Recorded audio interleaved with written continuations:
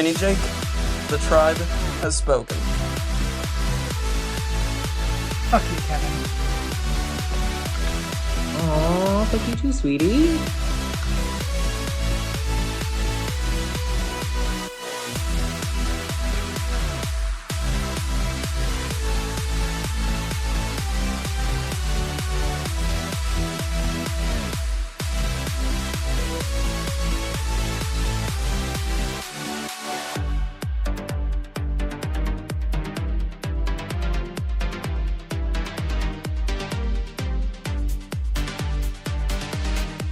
I'm JJ, one of the original Tribe of Nerds members. You can catch me on Marvel, Pokemon, and other gaming podcasts. What up? It's Josh, resident superhero nerd, but I also dabble in the occasional super villain as well.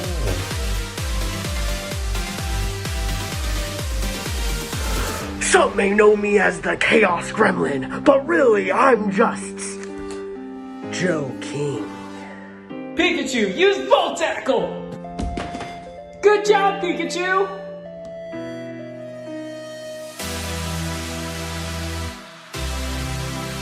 On the Tribe of Nerds. Tell her about your Chappie's Diner that you've got going on. Change? Not the ranch dressing. This isn't sweet, this is selfish. I don't know why Give it to the other four people that are living out there. Right, like, let's just give it to other people. So trade you. That's what these cabbages about. See? We can do it any way you want. Bacon. Take your hands off of it. Did you guys see Jake's face change? That was fun. Out of my way. I was like, who's this random person that just showed up again? I didn't know. Oh my god. Yes, and that's what we call Riz. Ryan Neowane could never. Here's your account. Oh my. Hey everybody, welcome back to the Tribe of Nerds. Kevin, Michael, Kristen, and I are here for Lost Season 2, Episode 18, Dave. And we're going to be talking a lot about Dave. We're going to be talking a lot about Hurley and this crazy plot of this episode, these crazy revelations. So, what are your guys' thoughts on Dave? Are we here? Are we real? Are you real? I don't think Did we're any real. of this happen? It's all in Hurley's brain. Yeah. Hurley When I first watched this, I had a moment back in 2004, 2005 of like, should he jump? Right. Should we see what happens? Right. No, he shouldn't. But I had that moment of like, I mean, it's water, so like maybe he'll survive. Yeah. Don't jump off a cliff early. When I watched this when it aired, it's like, yes, 100%. I was like, this makes so much more sense. Like, this is like, they did such a good job of like us trying to be like Jake, even at the end of this, you were like, wait. Yeah. Is it? Like, you know, like you left this episode for a week talking about like, is this really in Hurley's? Like, I'm not convinced that it's not. Well, and like it was such a TV trope for so long too of like it was all just a dream. So like, was it all just a dream? Like, is it? Yeah. Well, it's like another episode that like gives you a different theory of what's going on here. Like, is this the grand scheme of things, or is it something else? Yeah, it's just like another little rabbit hole to go down. Well, that is part of one of my fun facts for you guys, is that this was supposed to be the actual ending, but then they disregarded it and didn't like it. So they made this into an episode. So like way back in the beginning, yeah. So yeah, this was the theory. Like this was one of the potential endings that they had planned, and they're like, you know what, we don't like that, so we're just gonna keep make going. Make it an episode. Let's make it an episode, but let's not make it the whole thing. Yeah. Okay. Yeah, because I could tell like maybe they were considering making it an ending like throughout, because you're like, how can it end here? Like, and you're just like it could. I mean, I don't know. It's just insane. I have so many thoughts, but it's just like I feel like going through the episode will help me get them out, because I'm just like, my brain is scrambled. It's a mind trippy episode for sure. Yeah. Stay tuned to the spoiler section at the end because we're going to have some fun stuff to discuss. I got some theories. Some theories. Yeah, if you have a spoiler comment, make sure spoiler ... and then make the comment. Because Jake can't help himself. He will read it. If it says see more, he won't read it. But if it doesn't say see more, he's just going to read it. I can do my joke that I usually do when Jake can't hear me in the spoiler section, that he's just like Ron Burgundy and he'll read whatever's on the teleprompter. Exactly. Jake sits there in silence, laughing and smiling because he knows it's true. Yeah.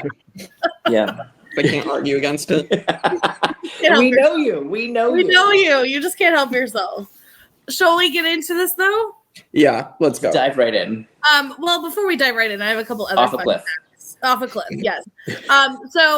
Another fun fact about this episode is it is the only episode in the entire show to end in a flashback until one last episode in season 6. But this is the entire show we're talking about to end in a flashback. Oh, wow. Ooh. That's fun. Yeah. Good fact. Now I'm trying to think through season 6. There's one episode that happens in season 6, but yes. Then also we know we have our numbers that we've been looking out for. Obviously, Leonard is saying them all the time. He's having a good old field day just repeating those numbers as we know. But Henry says that they found Henry. He had died 4 months ago. So we had that. Then also when we were talking about Hurley's story, which we're going to get into, it was a deck built for 8 and 23 people were on it. So yeah, a lot of good things there. So getting into Hurley's story, I can't wait till we get there because it's so tragic and sad to like see Hurley's like where he like how he got there. So right. Yeah. Because I mean we much more serious than numbers. Like when you compare the Hurley episodes, like they show us like Jorge Garcia is a great actor as well. He does the comedy so well, but when he's like holding back the emotion, man, he's so good. Like everyone else on this show. I know for sure. Well, jumping right into this episode, we start off. We also did not get a previously on Lost in this episode. We jumped right in, and we jumped right into Hurley and Libby on the beach. They are exercising. I too feel very much like Hurley. I'm a fan of breathing. Exercise, not for me. Not fun. Who's your Libby? Who's the one who's always trying to encourage you to go on a walk? That's it. That is inaccurate. You do nothing for me but yell at me. But yes, they are exercising, and we get to start to peel back the onion that is Hurley that we're gonna get in this episode of like he knows that they're like he knows that he's a little overweight. He knows that he should probably be exercising and things. But he explains to Libby he is sick. I love that Libby's like, oh my God, what's wrong? Like she went straight into like, you have the flu. Like what's happening here? But no, he meant he has a sickness with food, to which he takes her into the jungle and shows her his stash. He goes through this kind of whole thing of like, I wasn't turning any heads, but I did lose a little bit of weight. But then we found this hatch. We found this food. And now I've kind of got this problem again where I have to eat. I can't stop eating. He also says to her, I wish I could just get rid of it. And she's like, just get rid of it. Like, wow, why didn't I think of that, Libby? Thank you. You're such a good shrink here. This is great. With that, and she is a great shrink. With that, she does help. She does help. She does. I was just giving her a little shit.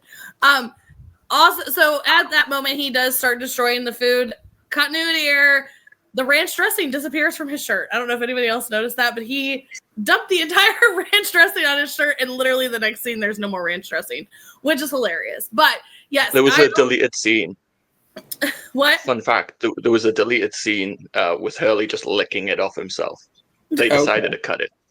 Oh, well, that explains it.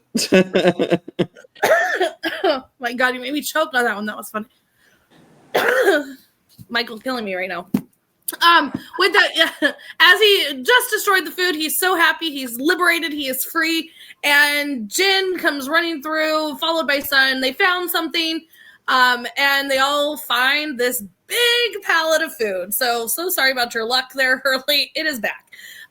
With that, we know that was what we've seen, obviously, from the past episode that was dropped during the lockdown. As they're staring there at food, we get a dude in a robe. Jake's facial features on this was so funny. Watching this, like, I don't remember this dude, but we have a random dude in a bathrobe, and Hurley goes and chases him down. Libby wants to go check on Hurley, obviously, like, bro, you just destroyed your food. Food's here. Then you ran off. What's going on? Are you okay? And he's kind of, you can tell that he's visibly shaken a little bit. He's like, I'm good. Like, I need to be away. Like, he's just kind of like, I don't know what's happening here. I need some space. Like, I need my time. Like, leave me alone. We do get a flashback here. This is our first flashback where we see that Hurley is in therapy. He is talking. And then, we see this kind of, we know we want to get a little bit more from Hurley. We know that we want the story wire. Like, we knew from way back when he said, I got these numbers in a hospital. I was like, and where Jack had great bedside manner. And so we want this story. With that, we are going to get the story, but not in this flashback here. But we do get a little bit mention of Dave and how Dave does not want him to get better and those things. And then he goes to hang out with Dave and go to basketball. And Dave's like, screw Dr. Brooks, let's go for tacos. Like, which one are we eating tonight? And so we kind of get to see that this is somebody that he knew in his past, which is why he would be visibly shaken to see this person on the island. And I'm going to stop there because it's kind of a bigger opening for this episode. Jake, what were your thoughts just from this part? So when Libby and Hurley are dumping all the food and we're all like, it's funny that they're wasting all this food that they can share with everybody else, then obviously, it doesn't matter because like the big stash, everybody else comes upon it. So everything that they did does not matter. But yeah, the Dave stuff, I was like visibly, I was like, shocked to see that this man who hasn't been there before is all of a sudden standing right there and in a bathrobe. And yeah, I mean, I was like, okay, this is kind of like a Christian Shepherd kind of thing that Jack has had in the past. I was like, oh, okay, so are they seeing like the ghosts of their past? And then we're going to get to Hurley saying he's not real eventually, and then he throws a coconut at him. I'm like, oh, this is really, really interesting now. Because, is there some explanation for why they're seeing all their ghosts, like, walking around of, like, people that they know? And so that was really, really interesting. So, and I did not expect it to lead where we are going to get to later in the episode, but as we said after, it makes more sense like when you think about in the flashback what is happening. But yeah, it's just very, very crazy to kind of think back even to like Christian Shepherd and the common things that these two scenarios share. So yeah, we always have that kind of something from people's past somehow making its way onto the island. We even, not a person, but Kate saw a horse from her past. Right, the horse too. There's these weird things on the island. Is there an answer to that? I guess we'll find out, Jake. I will say we all love Hurley, but we got to give him shit when he deserves shit. Just because there's a pallet of food that's been dropped, he didn't know that. He has all this food. Libby, stupid as well. Like, don't destroy the food. If you don't want the food, that's fine. Go give the food out. You don't need to destroy a huge source of food on the island. And then it's like, oh, we got a pallet, so at least they do still have food. It doesn't work out badly for them, but you didn't know that. It's so selfish. Yeah, I agree. I like. Take it back to the hatch. Go put it back in the pantry. Like this is, because you don't know that this pallet's a thing. Like they can just drop food at any time. So now you just took out a massive food source for everyone, which is insane to me. I'm right there with you, Michael. Not us agreeing again. This is weird. I agree, but I also like that is a thing that you would do like in terms of mental health. Like when you're giving advice to someone like that, you don't like, you want them to take the step. and not like take the step cautiously. You know, like just do it. Just do it, rip the Band-Aid off. So I agree, but I understand why they did it. And like just playing devil's advocate, not that I'm like super strongly on this, but like it's a thing of ranch, right? And like Cheetos, right? Like we're not talking about like a steak dinner for everyone. We're talking about like some snacks that like are going to have no nutritional value. So like I agree. They should have taken it back. They should have given it to everyone. Everyone should have had some. But like in the grand scheme of things, it's not like it doesn't make me hate them. I was very section. Is this section also where they're going through the food? Yeah. Yes. Yeah, I love the moment with Sawyer where like Sawyer's trying to be the voice of reason. It's like, everyone just calm down. It's like, shouldn't we let someone more responsible do this? In the line he has to Libby where she says maybe everyone can just take what they need. It's like, okay, Moonbeam, maybe we can all sink them by Yeah, that was good. Line. Classic Dick Sawyer. I mean, it's just, again, like we bring this up all the time. Sawyer, in like every little piece that he's in, he like, we're gonna get to that later because I mean Hurley and Sawyer have a moment, but with that, I mean, it's just he's always kind of steals the scene where he goes just from all of his nicknames, his sarcastic, smart ass self. Like it's just one of those like really good moments. Doesn't work out for him so well later on in this episode though. No, I think it comes back to bite him later in the episode. Just a little bit. Can't wait for that scene. I do love that since our leaders are all wrapped up worrying about Henry Gale, there's no one to direct them on what to do for the food, so it's just a free-for-all. Like, this is why you need leaders. Sawyer was trying to be a leader. He was doing He was absolutely not trying to be a leader. He just this wanted is why the you best need stuff. a Jack, even if you don't necessarily want a Jack.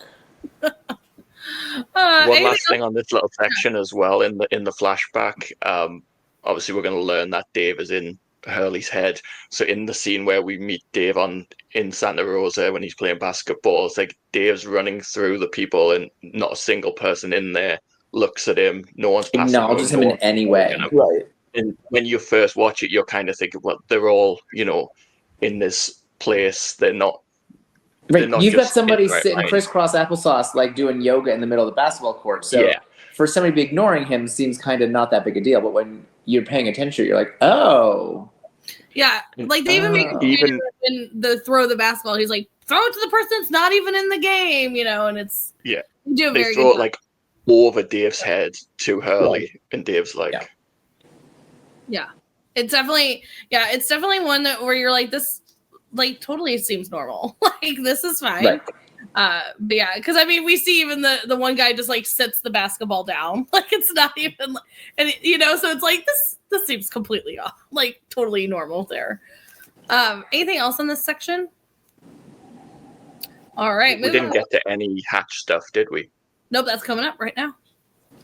Here we go. So we have Jack doing his bedside manner of checking on Locke's leg. Kevin, did you? I support it. I know you support it because you hate Locke, but I mean, again, this is just obvious proof. Like he's just an ass. Like the guy's legs hurt, and you're not being very nice, but that's okay. He's giving the exact amount of bedside manner that John Locke deserves at this point. Perfect. Yeah. I thought he was being perfectly nice. They were just being. I thought he was nice. I thought he was perfectly nice, and I thought that it was as nice. I need you guys to like start seeing like doctors that actually are nice, because you guys are always like, Jack was fine. There was nothing wrong with this. There is something wrong with this, you guys. Give him his best guess. Right, best guess. He is in a hatch on an island with like no supplies. He's like, is it broken? He's like, I mean, I don't know. That's right. Like, like there's no machinery for that. He's like, I can see as much bone as you can. I don't know. Like, I'm gonna show you how bedside manners should be in this moment. Well, Locke, listen, I would love to be able to give you an x-ray, but I understand that you're very scared in this moment. But yes, it doesn't look great, but we're gonna take care of you. Listen, Locke is still asking about like, how is Henry? He's still my friend. He's nice to me. So like, no, he doesn't deserve all that. It's fine. Anyway. Yeah, Locke is more worried about Henry Gale being his best buddy than his leg. My leg. My leg. Curious. My leg. My leg. Anyway, so Jack is checking up on his leg here. He says that he thinks that it's a hairline fracture. He brings up there's a wheelchair back at camp. He shuts this down immediately. And with that, when Locke hears about crutches, he wants that a little bit more because obvious reasons he does not want to go back into the chair. He has been in that chair for far too long. He is not going back. We then see Saeed and Ana Lucia questioning our good friend Henry Gale. He's all tied up, like they're like, we're not dealing with your shit anymore. I love that he brings this up, and again, promptly Saeed shuts it down so quickly. But he's like, I was part of the search and rescue team, and we found him with his neck broken. He's like, about that. Let me just pull out my handy dandy $20. I love that he's like, you should have checked his wallet. It's like all these things where like Henry didn't expect him to dig up the grave, and so he's like, yeah, this totally seems like a plausible news story. And then he's like, not only did I dig up the grave, I also checked his wallet, and here's my $20 bill. He proves him wrong by reading this letter that he wrote to his wife after he had crashed. He was going to go make a signal fire on the beach and things like that. So proving Henry wrong very quickly, and then Henry being like, oh shit, what am I going to do now? Saeed is not letting him up for good reason, but Ana Lucia is trying to be the voice of reason. Go figure that twist of fate here. Lady with a gun shooting random people, which I still approve of, but she is now the voice of reason. But Henry starts to like really break down here. We see him like, he's been kind of calm, cool, and collected, and now he's being like proven wrong over and over again and starts to panic, and he goes, you have no idea what he'll do. And she's like, oh, you're a leader. The guy with the beard. And he's like, him? No, like, you have no idea. I can't talk about this. I can't, like, he is very much panicked. He is very scared. And he is adamant. I can't tell you. Saeed not having any of this. He's like, you know what? Let's play a round of Russian roulette with your life here. And you're going to tell me. Ana Lucia is like, definitely not. Absolutely not. We're not doing this. Stop Saeed from shooting him. Then again, I love this whole like Locke and Jack thing. What was that? And Jack is literally not happy. He's like, I've got to take a shut up. Yeah. It made me so happy. Such a minor thing that won't come up, but I just love that when Henry's like, he'll kill me. Saeed's like, I'll kill you. Right. Like you're looking at the gun that I'm going to use right now. But yes, again, just proving all the facts of Jack and Locke still even like it's every episode. They just got to give us a little something that we get to laugh at. Just like Kevin and Michael. Right. I know we get it every episode too. We do go to the beach and we see that Echo is working on something. Charlie is like, hey, saw that you were building something, thought you could use this. He's like, what are you building? Is it a Starbucks? Love it. I'm here for it. Not a fan of Starbucks, but like, yeah, it's like Charlie, hilarious. Great joke. Yeah. Hilarious. We get Hurley kind of deciding, you know what? I'm eating my feelings away. This is too much. And Dave appears again. And Dave is like, hey, how's it going? And Hurley says, you're not real. To which he promptly throws a coconut at him and is like, was that real? How'd that feel? Obviously, we get Hurley that's chasing him down, trying to figure out what's going on. Like, why is Dave here? Dave should not be here. You were supposed to be not real, but now you're here. I'm seeing you again. There's a problem. There is definitely a problem. I am going to stop here because that was a lot to happen in that section. For us to talk about, of course, we're getting the Dave still, but we got all the Hatch stuff, and I know Mike wanted to talk about that. So, Jake, walk us through your first time seeing this and what your thoughts were. Yeah, I was like a little shocked again that he's able to just like hit him with the coconut because I'm not expecting that to happen. So that immediately sent me off of what I was thinking, and then. So that's going on.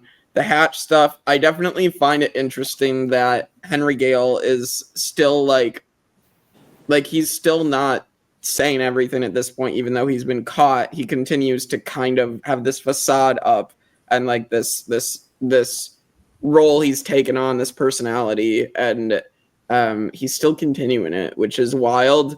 I almost want to say that he's this guy in charge that is posing as like, but also it probably makes sense that it is still someone else, and it is even like, it is funny, like, you know, the guy with the beard that has been referenced, that he's like, no, not him, it is someone else. So I don't know. I'm still not sure, like, if Henry Gale is just someone else that is it is someone else, or if he is like the guy in charge who is just posing. And I don't know. It's interesting to think about. Michael, roll you together or something bigger. Right. I mean, I'm just all about the hatch this season. It's like everything good happens down there, and yeah, the scene between Henry and Saeed is so good, and I love the little moment when Henry's saying he was hanging from the basket, his neck broke, and Anna goes to interrupt him and be like, actually, and Saeed puts his hand up. He's like, no, let him carry on. He's using all the rope on himself here. It's like, I'm gonna prove him wrong right now. And yeah, how quickly he goes, oh shit, once again I've been found out by this guy. Saeed is not to be messed with.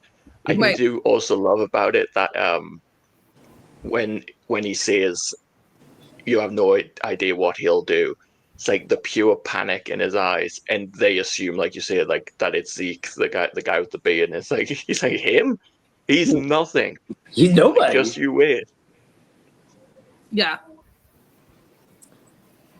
Yeah. Well, Kevin ponders here. I too, like, here's the thing with Saeed. Like, I would have never, like, I would have been like, okay, there's the balloon, there's the grave. Like, let's pack it up and go home. Like, and then, like, on top of this, like, now we're doubling down. Not only did he dig up the grave to prove him wrong, but he also has all the other facts for it, too. Like, this new story, I've been like, okay, I can understand why, you know, like, you'd be a little scared or whatever.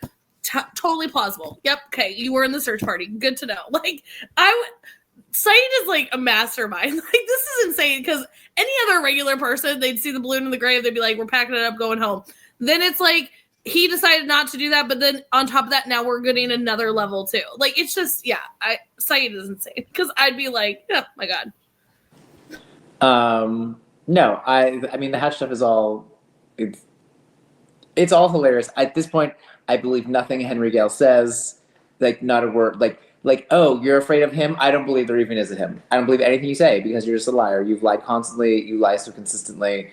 I don't believe a word you say. So who is him? There probably is no him. I don't even care. No, you're staying here. You're staying here tied up. You might as well shoot him, Saeed, because he's just going to lie anyway. I like that we're seeing, like, our introduction to Ana Lucia was like her in charge, traumatized, and like traumatized, trying to lead these people to some kind of safety, and then like her being traumatized, coming back from like being shot and losing her pregnancy. And like, so we have this one idea of her, but now, like, she doesn't have to be in that leadership position. She isn't traumatized at this point. And we see that she actually is like a decent cop. Like, she was playing the nice cop and got Henry to make the map. And like, she's protecting him from Saeed. Like, yes, he's a prisoner, and yes, he is lying to us that like we shouldn't shoot him. Like, I like that we're seeing that side of her, that like when you take some of that trauma away and give her a break, she actually isn't a terrible cop, as we were led to believe in Collision. Mm-hmm.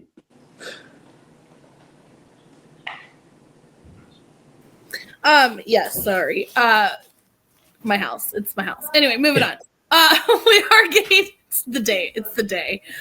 We go back to our first not our first flashback, but our second flashback, where we do see Leonard. This is where we're getting the numbers. We know this from previous episodes here.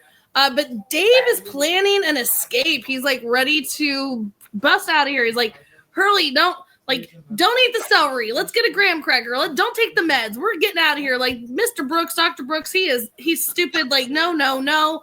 And Hurley's like, oh, okay, maybe. But Dr. Brooks comes up and interrupts their whole master plan of the escape. And with that, are like, hey, Mr. Brooks, just hanging out. How's it going? We do see Mr. Brooks kind of, you can see that there is like a little bit of a, not like there's a rift, or we're led to believe that there's a rift between these two because we don't know about Dave not being real yet. But it seems like there might have been some bad blood between these two because he's just like, how's it going, Dave? And he's like, oh, just fine, Mr. Brooks. How are you? He's like, you know what? I took pictures of everybody for our bulletin board. Can I get a picture, please? And they're like, sure. He's like, get closer together. I need you guys to like really love on each other. And Hurley's like, sure. How's it going? And this is basically what happened in this picture at this moment. But with that, Hurley is. You lived with Dave. I do. I have Dave over here. We're buddies. With that, Hurley would be none the wiser until later on. This is where everybody is going to get their good old moment of the Sawyer and Hurley interaction. We have poor Sawyer. Gosh, my poor man. Anyway, Sawyer is being his complete jackass self as usual, and it's not the day for Hurley. It is not the day. This is not the day to mess with him. Sawyer not picking up on that, and just continues to go in on Hurley, to which Hurley he's done. He is done, and he attacks Sawyer. They get into this little scuffle. He's calling him all kinds of nicknames in here. It's like a whole chaotic mess in this little like busted tent moment, and I live for it. I think it's hilarious. Listen, I love Sawyer, but I love watching this man get handed some things sometimes, but it's hilarious. We do see that Hurley runs away at this point. He's like, I have to go. Where Sawyer's also like, everybody's now giving Sawyer shit for getting beat up by Hurley because Hurley is it's like hilarious. He's like, the man is crazy. Like, he's so mad right now. He's like in his little like fighting mode. But yeah, so we have him kind of running away. He's making this decision to like take off. He is not ready to deal with this now. He feels that he is, I can't imagine feeling Hurley, like his kind of emotions in this moment, because there's just so much happening for him right now that he's like random Dave showing back up, which we know why this is so crazy for him because of what we'll get later on in the episode.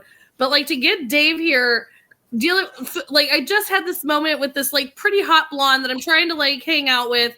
It just poor Hurley, but also Hurley take a chill pill. But Jake, walk me through. Because I know I'm going to stop here. I would have kept going, but I know you guys so want to talk about this Hurley fight with Sawyer. So I'll let you get to it, and then we'll continue on. But yeah, walk us through your feelings. Yeah, the Sawyer and Hurley fight, as someone that has kind of felt this type of emotion before, someone that's dealt with bullying and stuff, I can very much relate at this point. Sometimes you've just had enough, and it's, just kind of that emotional response because the pent up anger and over all this time of being mistreated. And so I liked that Hurley finally let Sawyer have it at this point. I think we all did. Yeah. I think just Sawyer deserved it at this point. Like, and as Michael pointed out when we were watching, like, it is funny when like Sawyer's trying to get out and then like a horror movie villain, he just like pulls him back in, and it's so funny. So I love giving Sawyer a taste of his own medicine at this point. It's also like Jin in the background, and it's the most I've ever seen Jin smile. He's just in the background watching the fight, not breaking it up, just smiling, and eventually Son's like, you should probably do something, but he's having just the best time. And Hurley, it's like a breaking point because Hurley goes to Sawyer like as a friend, and he talks to him like, hey, remember when I helped you with the tree frog? Like, I need clomazepam or whatever it is. Yeah, which you killed. And yeah, so when Sawyer's like, you mean like that guy behind you? Is like Sawyer. In fairness to Sawyer doesn't realize like how stressed out Hurley is about this situation or what Hurley's dealing with. So he's just kind of messing with him, but. Yeah, it's so cathartic when he's beating the shit out of Sawyer. He's screaming at Sawyer all the horrible nicknames that Sawyer has said to him over the 2 seasons. He's like, Lardo, Stay Puffed, like hitting him with each one, Baba. And it's like, yeah, Sawyer, you do deserve this. You've been mean to Hurley for no reason. Yeah. I love too that he tackles him into the tent, right? Like not just tackle him. Take out his whole little room, his whole little where he keeps all his stuff. Take it all out. Like put him in his place. It's like yeah. I feel good about this. I have to say, I'm very upset that poor Sawyer now has to rebuild his shelter. He might have gotten hurt here. Like poor Sawyer. Oh, poor baby. Oh, your poor baby. Well, poor baby walk. Oh, the two of them. Listen. Should they sit together and heal each other's boo-boos together? Like, listen, what? I love Sawyer. We all know this, but I too had so much joy watching him get his ass kicked by Hurley of all people. It's too good. It's too good a scene. Especially like Michael. I love when you bring up Jin because I this is me. Like this is all of us. We're Jin. We're all like, yes, this is hilarious. And I love that Sun even is like, I guess you should break it up. Like she's not even like concerned. She's like, go help, but yeah, it's Sawyer, not the day. Let's read the room, Sawyer. I expect more from you. Like I know you're just like so hot and it takes a lot out of you, but I'm gonna need you to read the room. Please. Anything else on this section that you guys want to get to before we move on? I do love how like not important the photo seems in that moment and is like the most important part of it. It's like it's so well done where it's like, hey, let's get a photo and then we're going to get to the reveal later on. I just love how they play that. And even when the doctor's speaking to Dave, it's like knowing that Dave's not there. It's like, it's just so much fun that he was. When you watch this episode back, this is a fun one to rewatch. It's like, it's a really good one to go back and watch again. Yeah, that I need to rewatch that now, knowing because it definitely makes sense, and they're gonna show us like the other perspective at the end of the episode. But yeah, really, really interesting. Yeah, for sure. I mean, because also again, like they do so. When I brought this up, is like you see that it's not just like he's talking to no one. Like it seems like they have bad blood because Dave's also, you know what I mean? And her, so it's like it seems like there's something not great, right? Like you're like, there's no way that I'm ever thinking that he's not real, right? Like this whole, when we did the reveal of that is just like, what is happening? Your house, my house, all the houses. Did you hear the cat just growl at nothing and like lunge across the house? Oh no. all of our houses, it's fine. But yeah, now let's talk about this because now we are going to get this reveal. We jump back into this this flashback. I totally lost my train of thought when I said that. This flashback of Hurley's past is actually kind of sad and dark. We are getting to why this Hurley is here, why he's eating and all these things. They bring up that he's killed people. Like we're like, wait, what? Hurley, what's happening here? But no, it was there was at a party. He went out onto a deck and the deck had collapsed. He is saying that he is, with that, he's blaming himself. He's blaming himself for that. But he brings up, and that was part of our numbers earlier, that the deck was built for 8 people and there were 23 people on it.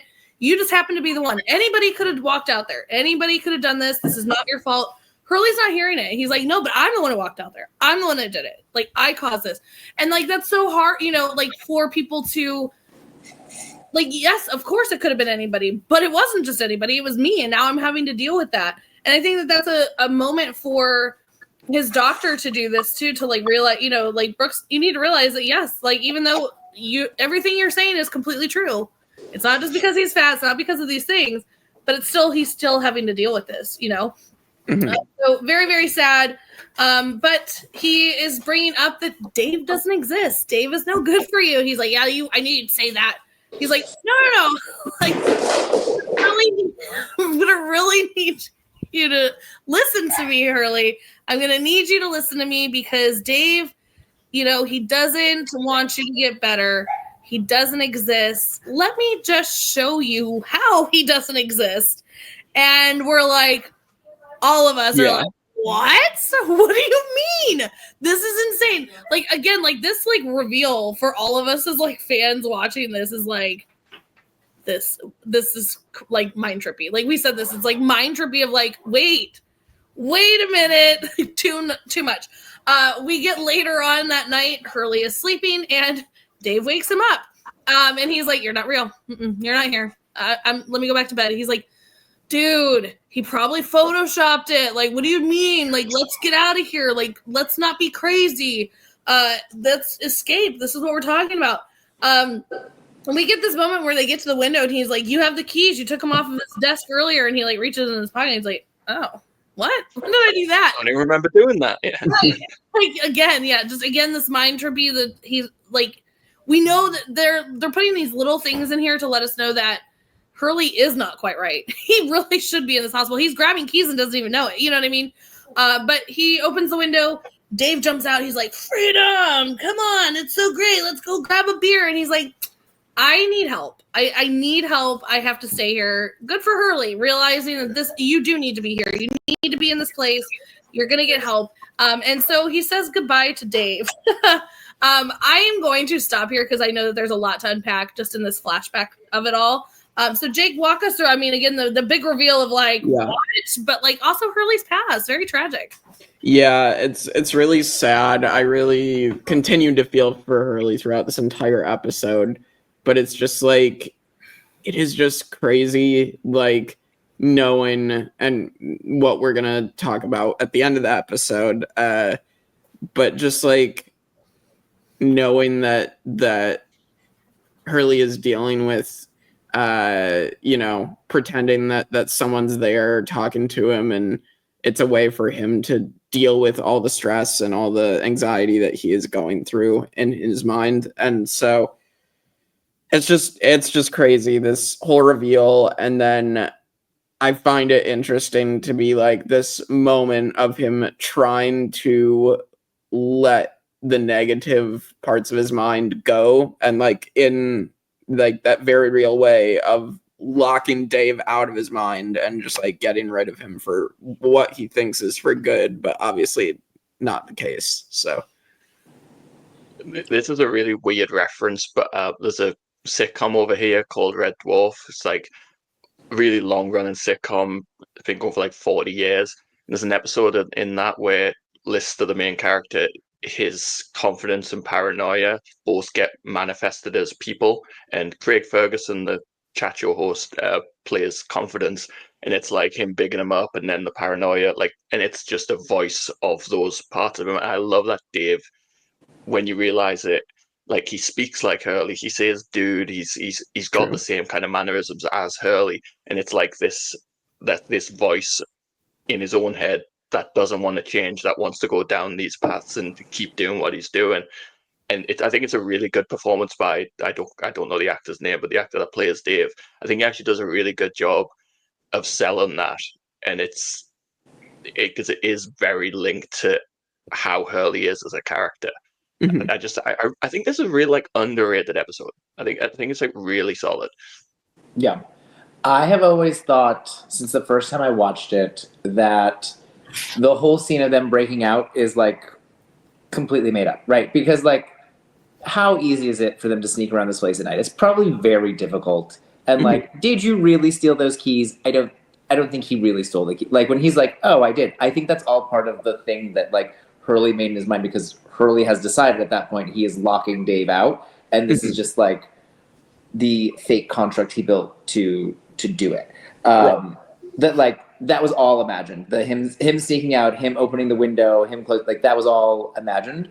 But kind of regardless, I'm so like, yeah, I don't know. I love the like mental health exploration of the whole thing. Like, it's just Dave does a good job. Hurley does a good job. It's great. And like just again, just adding more layers to Hurley. Because I think especially like a character like Hurley could feel like just the comic relief, and that's his role within the show. And an episode like this gives so much more depth to him as a person, not just as like the funny guy on the island. And having survivor's guilt, like real survivor's guilt, I remember watching this episode, and when he says, "Did you know that if I wasn't so fat, they wouldn't have died?" I was like, how does being fat cause someone to die? Or someone else to die? I was so confused. But yeah, it's tragic. Like he's holding in this hatred for himself and how he is, and that it affected other people. And yeah, that's like huge character development for Hurley. Yeah, this is such a fun one. I feel like the more I talk about this episode, the more I realize I actually really like this one. Kevin,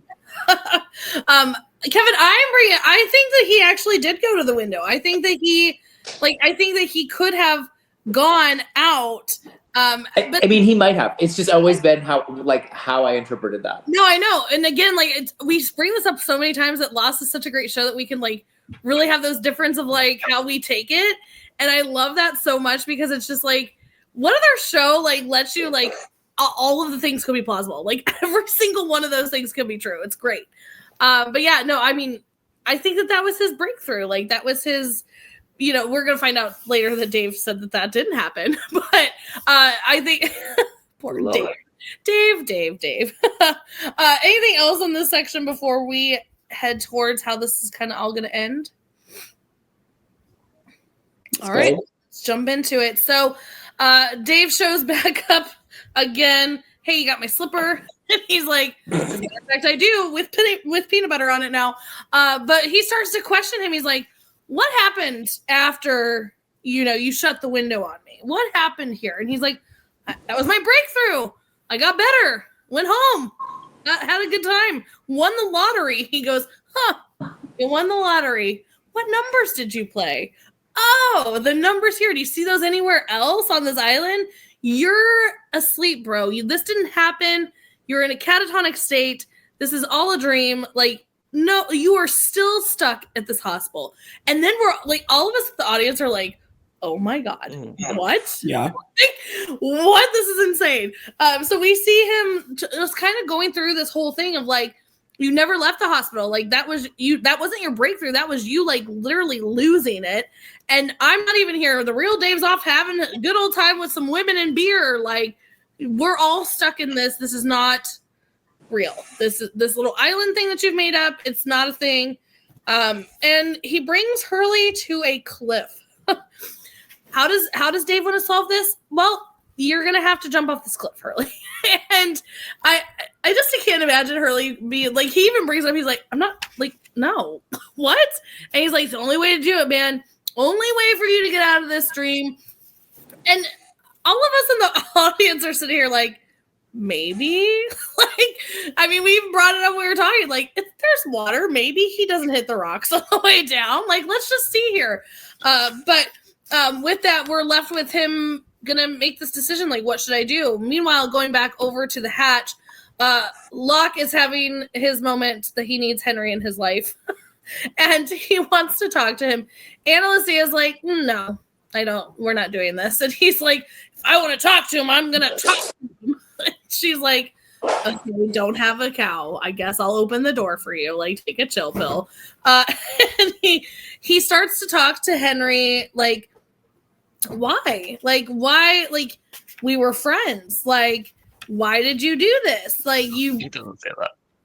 Basically what he said. But like, why did you do this? Like, I mean, why did you hurt my feelings, Mr. Gale? You were supposed to be my friend. We were supposed to be friends in the hats together.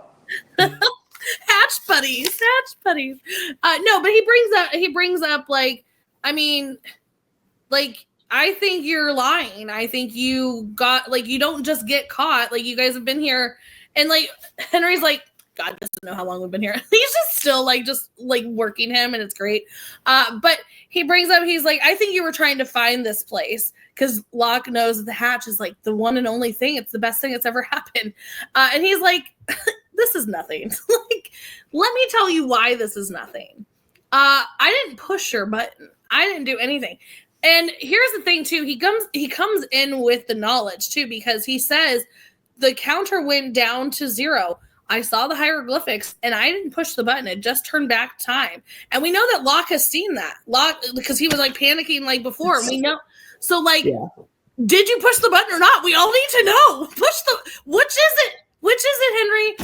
But yeah, I mean, we're left with Locke kind of in this like dilemma of did the button get pushed or not? I mean, I'm still in the dilemma. Did the button get pushed or not? I need to know these things because we've been all wondering. We have the Jack and Locke of it since the beginning of like, Jack doesn't think anything's going to happen when you don't push the button. And then Locke's like, no, but we have to push the button. We have to do it. Going back to Hurley, we see Libby approach and Hurley's like, you're not real. Get out of here. There's no way this beautiful blonde loves on me. There's no way. You're not real. She's like trying to snap him out of this. He's like, okay, what was the man's leg that broke, or what's the man's name who broke his leg on the first day of the crash? And he's like, what are you talking about? He's like, on the other side of the island. What's the dude's name? He's like, I don't know. He's like, because it didn't happen to you, because this isn't in your brain. It happened to me. His name was Donald, and like, you need to snap out of this. I'm very much real. You're real. Let's make out. Which they do. They kiss. Yay, Hurley. He got the girl. He got his kiss. And then we think that, you know, how happy day for us. It's such a great day. But no, Lost wants to throw in another cliffhanger of leaving us to going back to the hospital in a different point of view, seeing Hurley put his arm around nothing, and we move the camera over, and who is it? It's Libby. This is why Hurley had been like, I think I know you from somewhere. Libby was also in the hospital, which, why? What's happening? Why'd she get there? What's going on? Why is she, like, maybe they're both having the dream together. What is going on? So many things. So Jake, walk us through this ending here. It's insane to like, so as soon as they then go over to somebody else and like, I was like, okay, is this all of a sudden going to be Libby? And it was. And then I'm like, this is insane. Like, so is she just as crazy as Hurley? Like that's the big theory is like, like you said, Kristen, are they both dreaming? Is Libby just as crazy as Hurley is? Because she's clearly here taking meds. So she was clearly a patient. You know, I mean, you know, she claims she's a shrink. But we haven't seen any of like her backstory till now. We haven't seen anything about that. But I mean, she also knows how to like take care of people as well. So it's very, very interesting. And there's a lot of questions for me now about Libby and just like what is going on. And just like this whole scenario, like this whole conversation with Dave, I really started to believe, okay, is this a dream right now that we're looking at? You know, Hurley just happened to make up all these people and all these scenarios that ended up happening. But it's also like, you do think about it, and Libby questions him and is like, you know, with, you know, Donald, the guy that broke his leg. And it's like, how could Hurley possibly think up, you know, all these different scenarios that have happened, all these different backstories as well that we've seen? Like, you know, how could he do that? I just don't think it would be possible anyways. So it makes you think. And I was curious if the episode was going to end with, I didn't know, because it's not the season finale, so it'd be very weird and crazy. But like, if Hurley is actually going to jump off, you know, thinking that this is gonna wake him up from the dream, but like that'd be just such a weird ending, and it's not even the finale of the season yet. So it's just a lot of crazy stuff to think about here. Yeah, it definitely does. Like, it makes you question everything about Libby, because like, is she really a psychologist, or did she just pick up things from being in the hospital? Right. And she's able to like fake it. Like, makes you question a lot about Libby. Or was she legitimately just there? Like, who knows? Like, but a lot of questions. I love, it's so satisfying while also frustrating to just watch Locke get played, because it just like proves my point. And just like him saying there's like, I think you wanted this place, because of course Locke thinks that he's the special chosen island boy who found the special chosen island boy hatch, and everyone else also wants to be the special chosen island boy. And so he's like, I think you wanted to find this hatch for yourself, and we got here first. And to watch him laugh and be like, no, and your button doesn't matter, I never pushed it. Whether or not he pushed the button, you have now planted the seed in John Locke's head, and it's gonna make him crazy. And it just, I'm like, yeah, because you're an idiot. That was so funny to watch too, of like just how much John Locke has now gotten played. Like we've thought, season 1, I feel like or at least I had the perception of like, okay, John Locke's manipulating everybody, and now season 2, he's the one getting manipulated. It's so fun. Poor Michael. Is he? We don't know this yet. We don't know. I do want to ask you, Jake, because you've been very the button, not thinking the button does anything. You want the button to go down to 0. So now we have 2 stories. We have the story that Henry went, he pushed the button, and everything carried on as normal. And now he's saying he didn't push the button. So which story do you think is true? Do you think he pushed the button, or do you think it is just an experiment to see if you push a button and he didn't actually do anything? I honestly feel like maybe he's just playing John Locke to see what he will do. Honestly, I feel like, I don't know, like it's tough to say at this point. Like I don't know if he actually pushed it or not, and we won't know till it gets revealed what actually happened when the time is right. And so I am curious. I mean, we obviously haven't seen direct ramifications except for like we've had the lockdown, but we don't know why this stuff happened exactly. We just know that it did happen. Coincidentally, like it just so happened that like Henry Gale appeared and like the lockdown happened right after, they failed to push the button. So like coincidentally, but I don't know if the button still actually does anything, or I don't know. I mean, it also, like, they talked about how, like, you can't send a message anywhere, and then Michael was the one who sent the message. So, like, that also could have caused things rather than, failure to push this button. So. Still haven't seen Michael in a hot minute. We kind of moved past that. It's like, yeah, he went off running and he's not been back since. I do love that scene between Locke and Henry. I love when he said, God doesn't know, John. Yeah. God doesn't know how long we've been here. So good. Michael Emerson is just the best. He is really so good. Yeah. What else in that scene? It's all just so good. But I like that he does talk about this place is nothing. Like this, what could I have possibly done to have warranted all this? Why would I be here? Because he asks simply like, did you want to get caught? Did you deliberately get caught to come here? You're just like, no. But is that playing him? Maybe he was looking for the hatch. Who knows? The hatch is something on the island of importance. It's a big buried bunker in the ground. Like, it's something. It's believable the others could want this thing, and maybe they were sending like someone out there to try and find it. Right. Yeah, I mean, I too just love that he's like, listen, I had your back with Locke yesterday. I can't do it again. But he's just like, I hate this moment where he just feels that they're not, like, you know what I mean? Like, I think he wanted to get caught. Oh yes, this is everything I envisioned. Getting caught in a net, shot with an arrow. Now I'm tortured and like beaten. Like, yes, you're correct. That's exactly what I wanted to do, Locke, you idiot. I just can't. Dumb. Yeah, I love that so much of it is like he knows that Locke just wants so badly to be special, and he just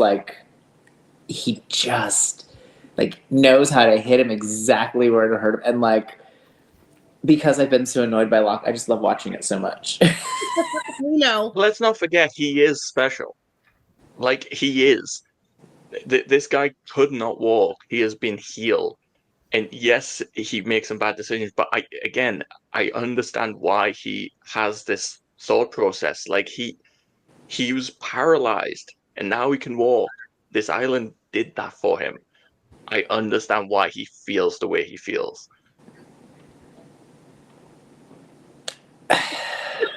But Kevin can't say anything. No, well, because what I want to say is a spoiler, so I can't. Okay, well, Let's not do that. Yeah, don't say that. Let's not do that for Jake. Yeah. What I want to say is I can't say. I need to stump him with spoilers. That's how I get him. There you go. There you go. I think it's funny that Henry sees that already in Locke and is able to play him on it so perfectly already, right? Like, how can I get under your skin? How can I just like? Maybe he should go get Jack, and then we'll find out.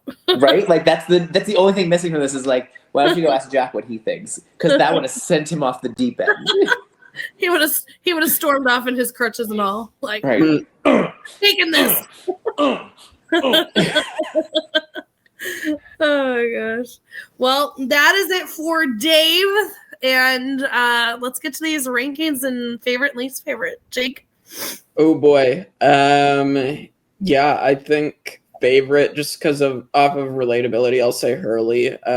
Just kind of like, not that I've ever been in, a mental hospital, but just some of the other things like with the Sawyer stuff and whatnot, I've totally been in that type of situation before, so that I can relate to, and just like, to dive deep into Hurley's mind and what is a possibility that is happening has just been fascinating this episode.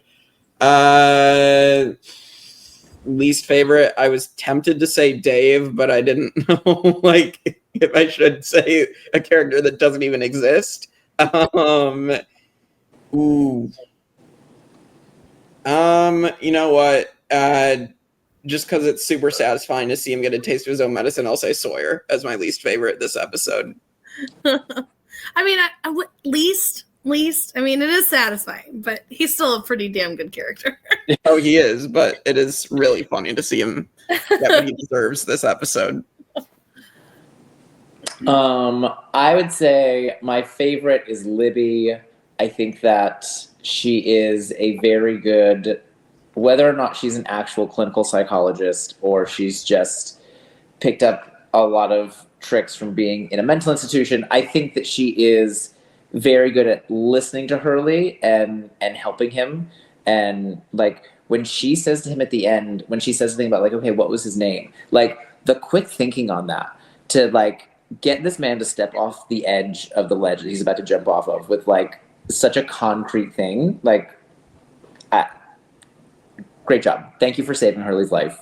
And like I said, I think she is like, she could push him more sometimes, and she just listens to him instead. Like, I think she's good at playing that role, whether that is her official, like, licensed role that she went to college for or not. Least favorite, I'm going to go with John Locke. Ow! Because you're getting played, bro. You're getting played. And while it is funny to me, like, you're an idiot.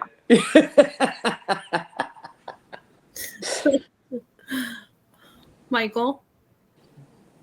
I'm going to pick two characters from my favorite character, but technically it's just one character. I'm going to pick Hurley and Dave as my favorite character because I think the actor that plays Dave does such a good job of being like the inner voice of Hurley.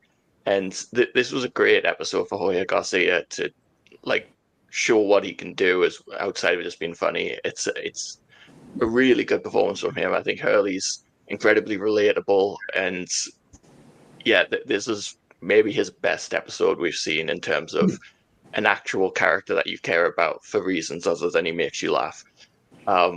Least favorite, I really don't know. Like, nobody sucked in this episode. Nobody sucked. What do I do? The doctor. Don't fuck with your patients, doctor. Yeah. The Doctor, played by the same actor who played Senator Kelly in the X-Men movie. Oh yeah, that is wow. I was like, I knew I recognized him because I was like, who is this? But I think I know his face. Okay, that makes sense. Okay, so tell us why it's Sawyer. No, it's not going to be Sawyer. He got what he deserved. With that, I'm going to go Henry. I think Henry is absolutely brilliant. Like this, I mean, again, like anybody would believe this stuff. It's not our fault that Saeed is just like this master, like of let's find the bullshit. Because again, like all of these stories are so plausible, and for him to come up with these on the fly, just so good. And again, like the manipulation is just on point, and I'm here for it. Least favorite character. Tell us Jack. Say Jack just to get under my skin. I'm gonna make you guys all turn your cameras off. It's Hurley, because I even moved to turn my camera off. I'm so shocked. It's Hurley and Libby because of the whole wasting of the food, destroying the food that was not needed, and I don't appreciate leaving people high and dry, even though they did get another food drop, but they didn't know that was happening. So I'm going with Hurley and Libby on that one. God. You roped them both into it just to get all of us, because we had already listed the two of them as the favorites. God, you're welcome. You are the worst. The worst. Rankings. Michael, where do we stand? We have our season 2 ranks are Lockdown, Orientation, The Other 48 Days, Man of Science, Man of Faith, The Long Con, The 23rd Psalm, The Whole Truth, The Hunting Party, Maternity Leave, One of Them, Adrift, Collision, What Kate Did, Abandoned, Everybody Hates Hugo, and Found, Fire and Water. You suck, Fire and Water. Oh my God. Well, I think this is the best Hurley episode we've gotten so far. So it's definitely above Everybody Hates Hugo. And obviously Numbers is in season 1, but I don't know. I feel like this is probably I relate to Hurley a lot, and like there's some big reveals. So it's like I'm conflicted between like just outside the top 10 or just inside of it, and maybe like I'd maybe say like 10 or 11 because there's a lot there. It's just not my favorite, but like I relate a lot to it as well. So I don't know. It's a tough one for me, but I'll go like 10 or 11. I can be swayed either to put it outside or inside the top 10. So Michael, can you what's after? So it's Long Con, and then like Hunting Party is in there somewhere. Can you go like 5 of those right there? Like starting at Long Con. The Long Con is at number 4 for season 2, and then the 23rd Psalm. None of this is in the top 10 overall. Long Con is 23rd Psalm, The Whole Truth, The Hunting Party, Maternity Leave. I think it's above Maternity Leave. Yeah, I would agree with that just because the relatability of Hurley and like the reveals that had me more shocked than in Maternity Leave. Those some of those were good too, but this is just I think for me we're getting a little bit more of Hurley, like kind of understanding how Hurley operates a little bit. Mm-hmm. We're getting his backstory that we saw him talking to Jack about this before. So we're getting kind of this story. But I think with what Maternity Leave does is they fulfill questions we had.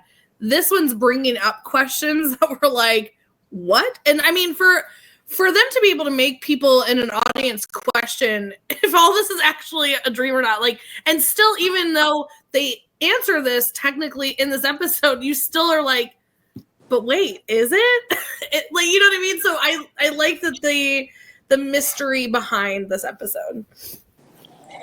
That's actually exactly where I had it. I don't think it's as good as The Hunting Party, but I think I'd put it above Maternity Leave. Yes. Yeah, I'd put it around Maternity Leave. You could argue me to put it below, but you're all putting it above it, so like that's fine. Yeah, it's very like I said, I think that a lot of people in 2005 had like the idea in the back of their head, like, is this just going to be, it was all a dream, right? And there is that minute when you're watching it when like, is he going to jump? And if he jumps, what happens when he jumps, right? Like, we do have that. So I think that like audience engagement, I think is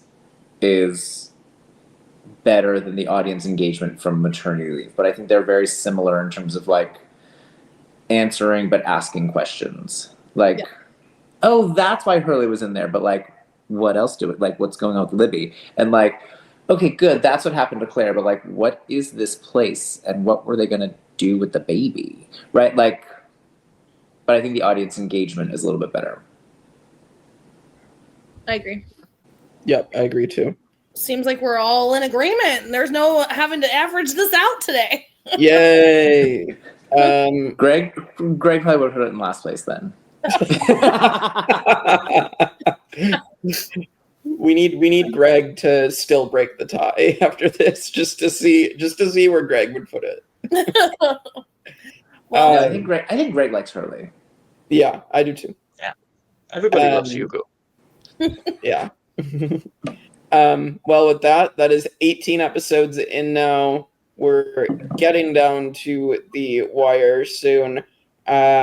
So yeah, I'll let you guys get to your spoilers, and we will be back next week for more Lost on the Tribe of Nerds. Love you, Little John Walk.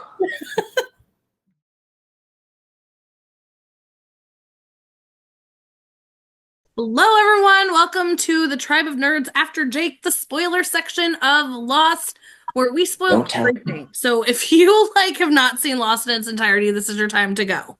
If you're only 2 or 3 episodes ahead of us, you leave.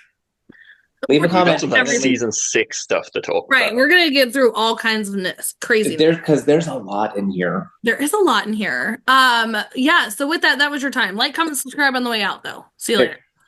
Comment what episode you're on and then leave. So yeah, let's jump into this. They've had time. If they're still here, that's on them. Hey, there's one that I wanted to put in my fun facts that I couldn't because it was a spoiler, but this one I learned today, and I don't know if anybody else has learned this, so I'm gonna tell you guys. When Hurley is playing Connect 4 with good old Leonard there, and he's repeating the numbers over and over again, he says everything very quietly except for the number 8. He says very loud, very stern, and that's because it's Hurley's candidate number. What? Totally did not see this coming. It's like a fun little Easter egg. Yeah, it's like a fun candidate stuff in season 2. Who knew? Right. I did not recognize. Did not. It's not something when you're watching, but this is definitely okay, like Michael mentioned, a good Easter egg. Like, who would have thunk it? I just thought of something as well. Locke's candidate number is number 4, and he spent 4 years in a wheelchair. Mind blown. These things that we did not think of, insane. Turns out I do pay attention to numbers. I don't know where I pulled that one from. He also, what also is 4 months of Henry's bullshit lie that he tried to tell today. Good old Ben. But also, let's go there. Not freaking Jake yet again clocking this. I'm so over his shit right now. I'm so over it. This is things that I would have mind blown. I was all excited for him to have the moment on the dock, and now it's gonna be ruined because he's gonna be like, I knew it, and I'm gonna be like, hate you. He has to have overheard something, piece things together. He must know that that actor is too important to be just a the regular Joe Schmo. he has to be meta thinking this, because how would you know that? In 2005, we were not thinking this. That's where we're at. We need to interrogate him without him realizing why we're interrogating him. Right, for sure. Should we string one arm up in each direction and then point a gun at him? We should. And point the gun. I'll do it. I will kill you. Anyway. Yes. I'll be the Ana Lucia. I'll stop you. We are also going to bring up that the he is referring to is not Ben. It is going to be Jacob. Dun dun dun. Jacob. Oh God, I can't trying to get through Dave. This episode of Dave, Jake's gonna be it's gonna be just so much. It's gonna be so much trying to get all into Jacob. This is again where you can have different theories on this. I don't actually think he is talking about Jacob, because Ben doesn't even know who Jacob is. He's never met the guy. He's just this thing in the corner that he gets told about. I think this is Ben's ego running wild, where filling up his own self-importance, as we know he does, and he's just talking about himself, like this man in charge. You have no idea what he'll do. I think it's in a different episode he talks about him as well, as well. He's like, he's a great man, John, a brilliant man, but he's not a forgiving man. I think it's maybe in the next episode. I think he's just talking about himself. I think he's just he could absolutely be talking about himself. He could be talking about, well, because he also, like, he doesn't actually know Jacob. Like, doesn't, like, who he thinks is Jacob is actually Man in Black anyway, isn't it? Yeah. So, like, who knows? I think he's just trying to mess with Block. I think he's just trying to. His favorite pastime. It's my favorite pastime to watch. I agree. It could definitely be him building that up. And again, we've talked about this so many times of like Lost being able to leave things open for your own interpretation.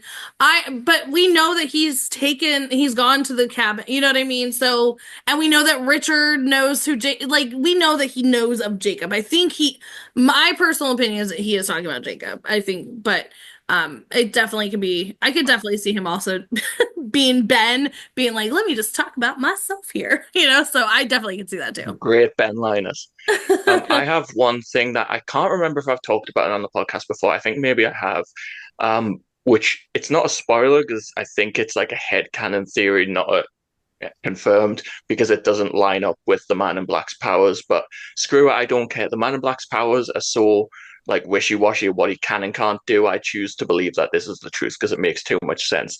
I think that Dave is the Man in Black. Oh, I think yes, there's no island. So apparently it's not, apparently because he doesn't have, he hasn't scanned Hurley, he hasn't interacted with Hurley, he shouldn't have access to these things and nor a body. But it makes too much sense that the Man in Black is trying to get Hurley to kill himself, get rid of a candidate. Right. Get rid of a candidate. He can't actually kill the candidate, so he has to. Listen, I love Lost. I am not that deep into the fandom of like arguing that point. I just think that it is the Man in Black, and that's just. Yeah. If I'm wrong about that, if that's okay, I'm wrong about it. That's what I think. So okay. I think it makes the story so much better that it is. Yes. So it's like if something makes the story better, I don't care if it has some holes in it. It makes perfect sense that this is what the Man in Black was doing. I mean, he can't kill a candidate, so he wasn't like he didn't push him over. He was like, "Go ahead and jump." Yeah. I mean, also Hurley went with them to get the dynamite, so he's been around. He's been around Smokey, so fine. That's enough. That's close enough for me. Yeah, I definitely. I've always thought this too. That he is like this is Man in Black. So, but also and it is funny. Sorry, it is funny as well that Jake did bring up the Christian of it all, where it's like, so if he's connecting that there's something with these visions on the island and what are they, and he's very confused about it being corporeal as well. And we know that the Man in Black is a physical being. Like he could pick something up and throw it at Hurley. Right. Like right. Yeah, no, for sure. I mean, it's trippy now because I'm in like so far ahead of us with Kaysen that like because it's like he was Locke, but like is walking out past Locke's body. You know what I mean in season 6. So it's like he's literally like he's a person. Like you know he's a real deal. He's not just a smoke monster. But yeah, it's like I don't know. It's something to just be said that like he was connecting these things but it's also funny because. He's bringing up like, oh, so they could be like real, like live people ghosts. Like he brought this up, but also we know that the whispers are the ghosts of everything too. You know what I mean? So like these real people are not the real people. I believe that they're the Man in Black every time. So yeah. Yep. Anything else? We're gonna get like it's not something that comes up much, but we do get the reason why Libby was in the psych ward that after her husband died, you know, she had a mental break and that's why she went there. And she's going to give Desmond the boat that he's going to arrive on the island. Is that her leaving the hospital that she gives Desmond the boat, or is this before she goes into the hospital? Like, is the boat what sets her off to go into the hospital because she gave it away? I think it's after because it's like I think she's moving on from that grief. I think it's been a little while. Yeah, I think so too. But it's funny, like to think like she gave away his prized possession of the boat and it set her off to go to a hospital. But yeah. Did we say that the boat is called the Elizabeth yet? We've seen the boat, right? We've seen we the haven't boat, seen but I the boat. don't. We. No, have we seen the boat? I don't even think we've seen the boat. No, I don't think we have. Oh, you're right. No, we haven't because he stopped him in the jungle. I think we just know that he was on the boat, but I don't think that we have even seen the boat. You're correct. He'll be arriving very soon on that boat, drunk off his ass. Yes, we will see that very soon. Yeah, no, for sure. And I mean, also, it's interesting to me though too of like the Libby of it all. Of she's so checked out, right? So like, it's one of those things that we brought this up today of her being the therapist of it all, right? And like having the knowledge, because I think Kevin, you were the one that said like maybe she just picked it up from being in being in the hospital.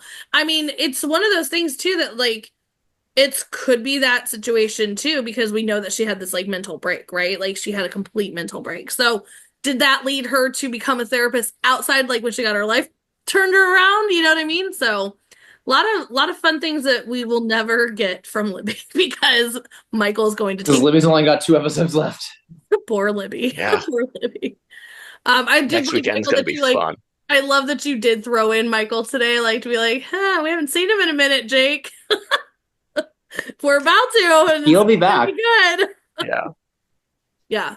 I'm still very worried for Jake to have 2 for the road. I'm very worried. So Listen, it is what it is. It is what it is. Well, with that, this is all that we have for the spoiler section.